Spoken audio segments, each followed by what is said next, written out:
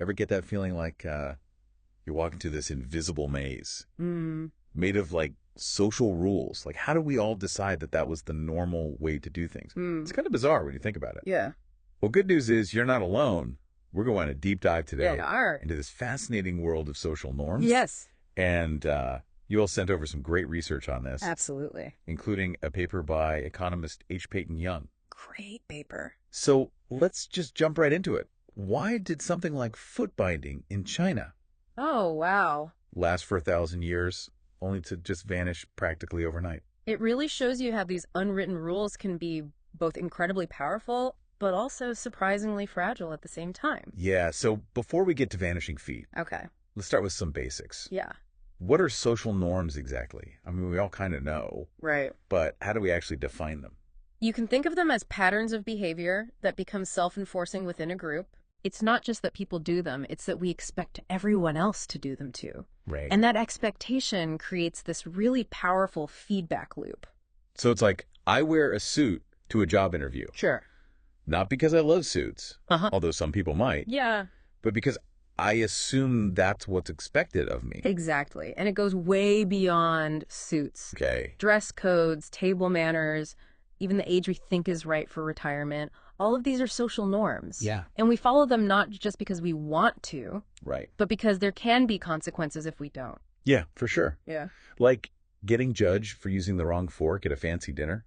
Oh, yeah. Not that that's ever happened to me. Of course not. But anyway, I'm curious about how these norms actually work. Yeah. What keeps them going? So Young outlines several mechanisms in his paper. Okay. One is simply coordination. Okay. Like, think about language. Mm-hmm.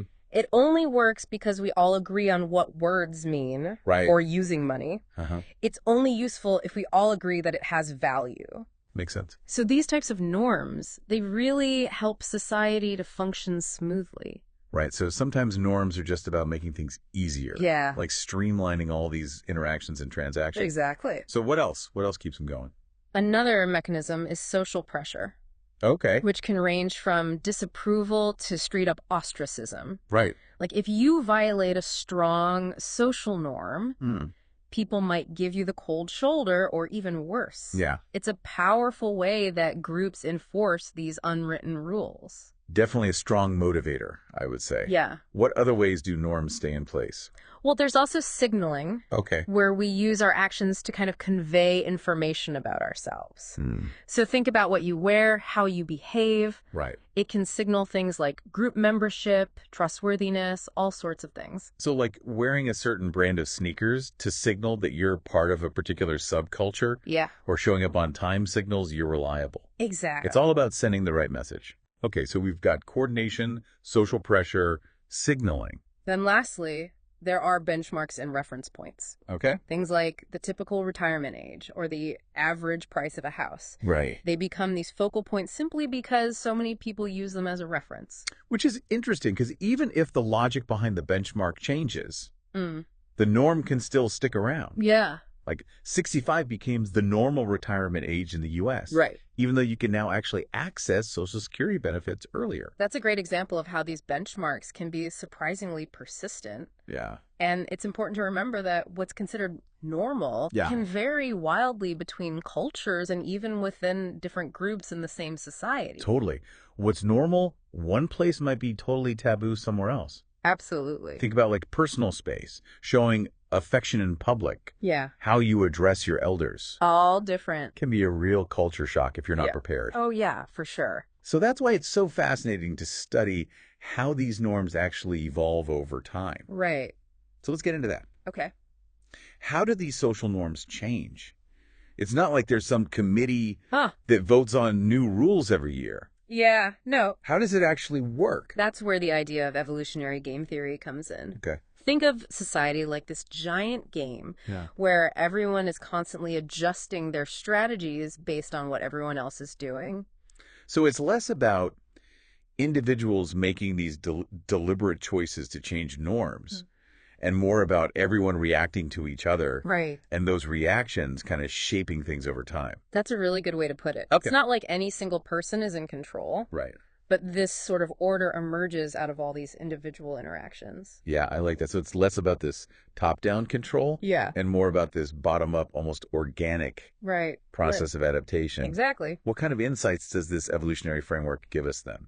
One of the key takeaways is this idea of persistence. Okay. Norms can be incredibly resistant to change, even when they're no longer serving us well or even causing harm. Like foot binding. Yes. It persisted for centuries, even though it was obviously painful and damaging. Right. Or think about dueling. People literally risking their lives for what we'd consider pretty minor insults today. Yeah, crazy, right? Yeah. Those are really good examples of just how deeply entrenched norms can become. For sure. But then the flip side of that is this idea of tipping points. Okay. When change does happen, it can be incredibly rapid and dramatic. So like a domino effect. Yeah. Once enough people shift their behavior, the whole norm just flips almost overnight. That's a great analogy. Cool. And that brings us to another takeaway, compression.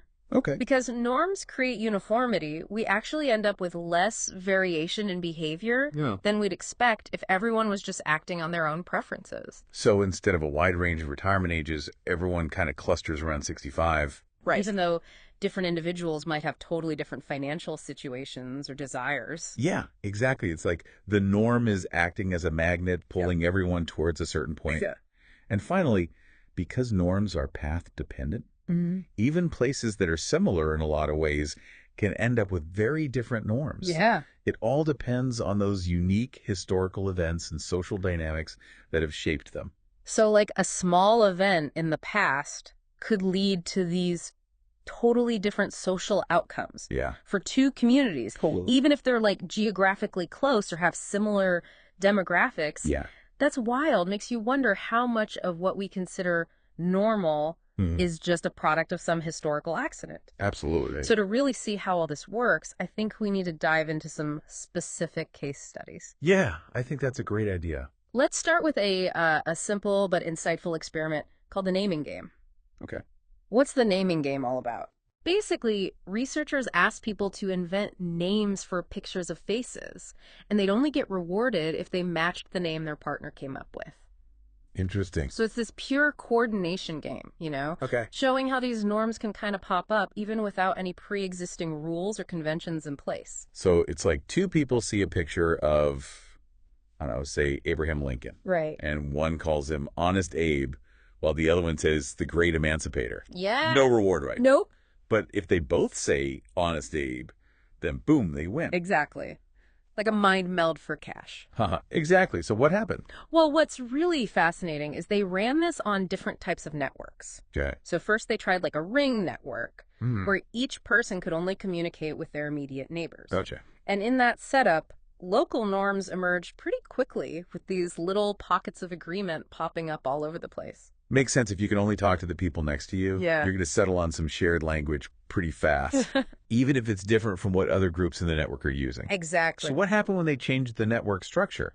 Well, when they switched to a fully connected network where everyone could talk to everyone else, things unfolded a little differently. Okay. It took longer for a norm to emerge, but when it did, it was a single dominant norm that kind of took over the whole network. So connected networks might be slower to reach a consensus, right? But they're more likely to end up with like one global norm. Yeah. Whereas the clustered networks have more of that diversity. Yeah, exactly. It makes you think about how information spreads, you know, in our own social networks, both online and offline, like the echo chamber effect and all that. Totally. Yeah. This simple experiment really highlights how like the structure of our interactions can really influence which norms take root. Even in something as basic as naming. Yeah, even naming. That's a great point. Okay, so we've seen how norms can kind of emerge from scratch. But what about how existing norms influence our behavior? Yeah. This bargaining game experiment sounds like it gets at that. Okay. What can you tell us about this one? Oh, this one's really fascinating.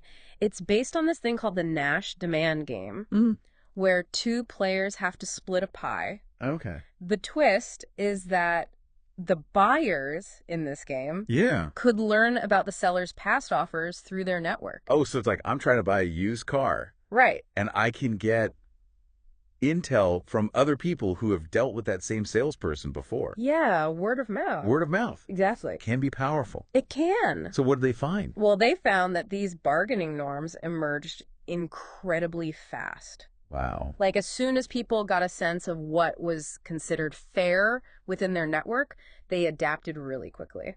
That's interesting. But wait, didn't you also say that the structure of the network played a role in the outcome here too? Yeah, you're right. Okay. So on a regular network where everyone had roughly the same number of connections, the buyers tended to get pretty good deals. Right. But then on a star network where you had one person who was like super connected to everyone else, Right. the buyers actually got worse deals overall. That's counterintuitive. Yeah. Why would being more connected lead to worse outcomes? Yeah. Was the central person in the star network like hogging all the good deals for themselves?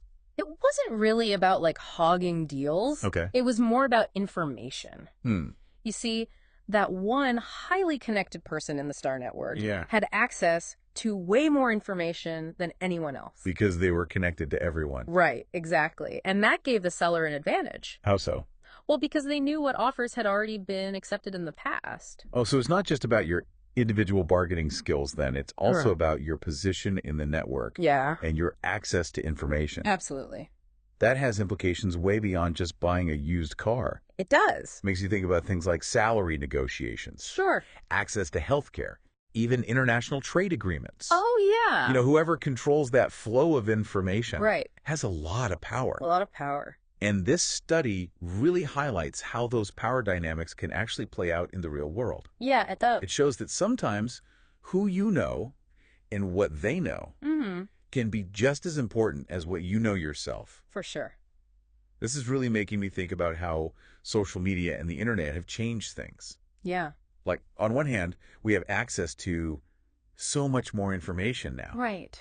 But it's also easier than ever to get trapped in these filter bubbles where everyone just agrees with each other. It's a double-edged sword for sure. It really is. Okay, so before we get too far down that rabbit hole, let's move on to a different kind of example. Sure. What about these agricultural contracts that we mentioned earlier? I'm assuming social norms play a role there too. You might be surprised. Okay, I'm intrigued. So think about these crop share contracts where landowners and tenants split the harvest in these fixed proportions. Okay. On the surface, you'd think those proportions would be all over the place, right? Right. Like based on land quality, risk aversion, all sorts of economic considerations. Yeah, like a fertile field is worth more than a rocky one. Exactly.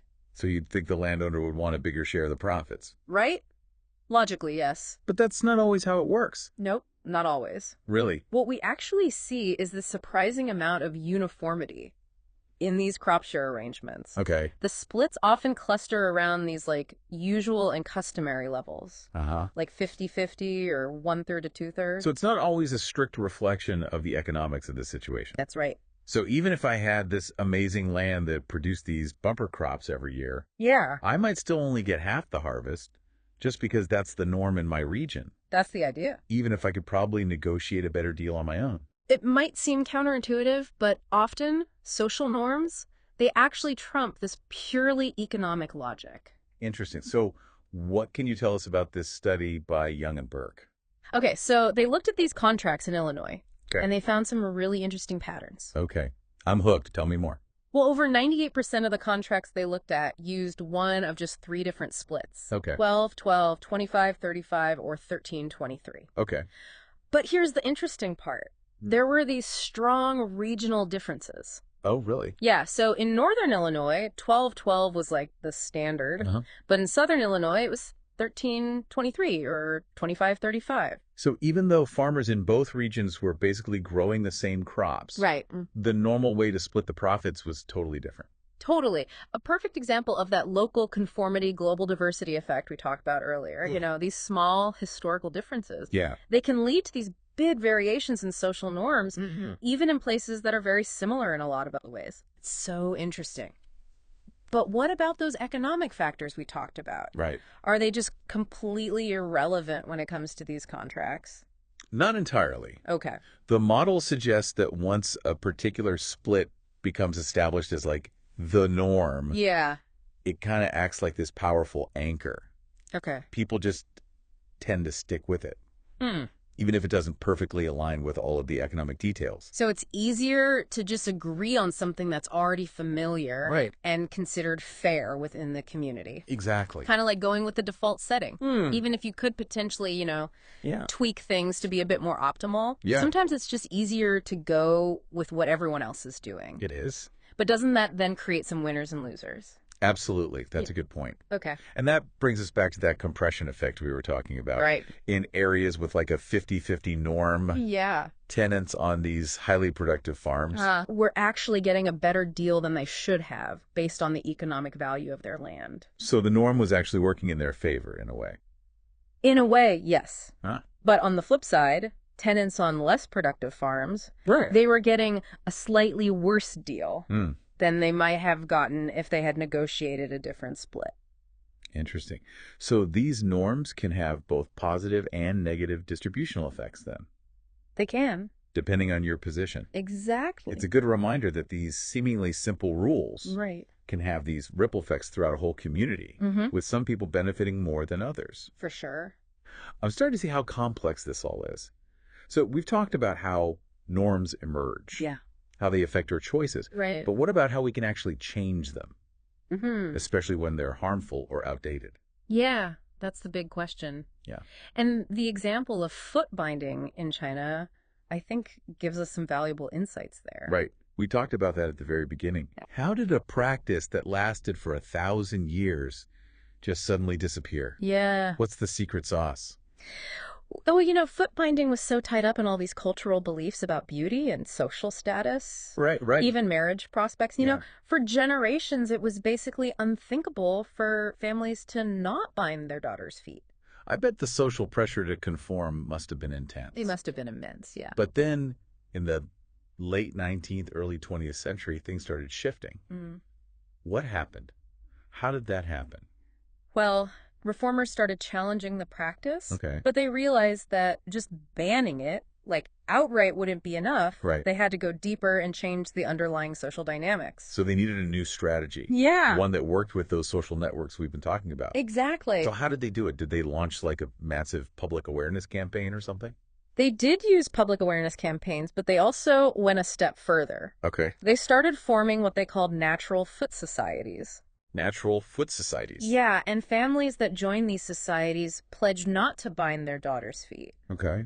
And importantly, they also pledged to not let their sons marry women with bound feet. Oh, so they were creating these sub-communities. Yeah. Little pockets within society where the norm was different. Exactly. So they kind of flipped the script. They did. Suddenly, having unbound feet became a sign of being, progressive and forward-thinking. Right. It was no longer a social liability. It became an asset. Yeah, really interesting how they did that. Yeah. So by shifting expectations within these groups, they created like this new social equilibrium. Right. And the old norm just started to unravel. Yeah, it's really cool. More and more families opted out of foot binding. Uh-huh. It's a powerful example of how these targeted interventions can create these ripple effects. Totally. And lead to this widespread social change. I agree. Wow. It's amazing how they did that. It wasn't about forcing people to change through laws or punishment, but changing the social calculus. Right.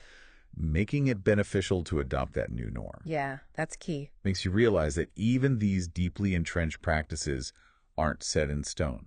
They're not. They can change. We see similar patterns in other cases of social change too, right? We do. Yeah. Like with dueling. Oh, yeah. For centuries, that was considered the honorable way for men to settle disputes. Totally. But over time, both the costs and the social perception of dueling changed dramatically. I mean, dueling wasn't exactly a safe activity. Oh, not at all. People were getting killed. Yeah, definitely. Did that play a role in its decline? I think so, yeah. As weapons technology advanced, the fatality rate of these duels actually went up quite a bit. Really? Yeah, which made the cost of, maintaining your honor through dueling much, much higher. Yeah, that makes sense. At the same time, social attitudes towards violence and honor were evolving too. And people began to question whether risking your life over an insult was truly honorable or just, foolish. Yeah, it's like this perfect storm, right? It is. The risks increase, the social benefits decrease, and boom, suddenly the whole practice just starts to seem ridiculous. Exactly, and it really highlights that norms aren't fixed. They're constantly adapting to changes in both our material circumstances and our values. So we've covered a lot of ground today. We have. We've gone from defining social norms to exploring how they evolve, how they can be both beneficial and harmful. Yeah. Even how they can be changed. That's right. It's so clear that these unwritten rules just shape so much of our lives. They really do. Often without us even realizing it. Absolutely. And, understanding how social norms work, it's not just some academic exercise. It's about empowering ourselves to think critically about the world around us. I like that. It's about questioning these invisible forces that are shaping our behavior and asking, are they really serving us well? That is a great point. So to our listeners out there, think about the norms that influence your own life. Yeah. Which ones do you just take for granted? Which ones might you want to question or even try to change? No, it's a good question. Because knowing how these norms work, it gives you the power to influence them. Right. To create a world that's more aligned with your values. I love that. Be curious, be critical, and be an active participant in shaping that social landscape around you. That's a great note to end on. Thanks for joining us for this deep dive into the fascinating world of social norms.